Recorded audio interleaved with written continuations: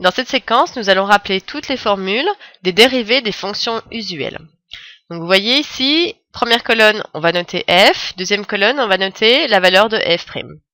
Si f est une constante, la dérivée d'une constante sera 0.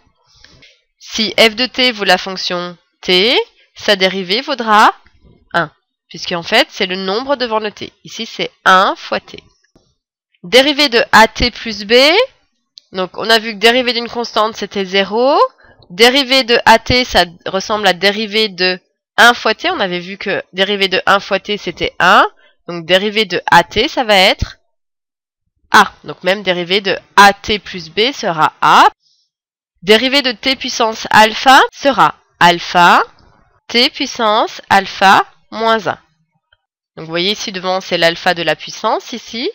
Et ensuite en puissance, on baisse le degré de 1. T carré, ça veut dire que si on fait l'analogie ici, alpha vaudra 2. Donc si on applique la formule, la dérivée de t carré sera 2 t puissance 2 moins 1, c'est-à-dire 2 t, puisque ici ça fait t puissance 1. Donc à savoir, dérivée de t carré de t. Dérivée de 1 sur t, moins 1 sur t carré. Dérivée de ln de t sera 1 sur t. Dérivée de exponentielle t sera exponentielle t. Alors, pour cosinus et sinus, un moyen simple de les apprendre, c'est par rapport au cercle trigonométrique.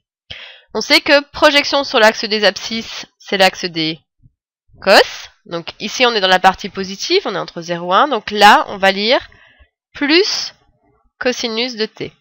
De l'autre côté, partie négative, on sera moins cosinus de t. Projection sur l'axe vertical, on est sur l'axe des sinus. Partie positive, là ce sera plus sinus de t. Et en dessous, on sera à moins sinus de t. Dérivée, c'est un d. Ça veut dire que vous voyez ici, ça peut être la queue de la flèche et le rond, ce correspondrait au bas de la flèche.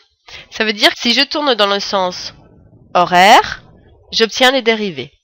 C'est-à-dire que dérivée de plus sinus t plus cosinus t, dérivée de plus cosinus t moins sinus t, dérivée de moins sinus t moins cosinus t, dérivée de moins cosinus t plus sinus t. Vous voyez, c'est simple à les retenir. Et pour l'intégration, quand on fera des primitives, on tournera dans l'autre sens. On en parlera plus tard. Donc, dérivée de plus cos, donc on est ici. Donc, dérivée de plus cos, si je tourne d'un quart de tour, je suis à moins sinus t.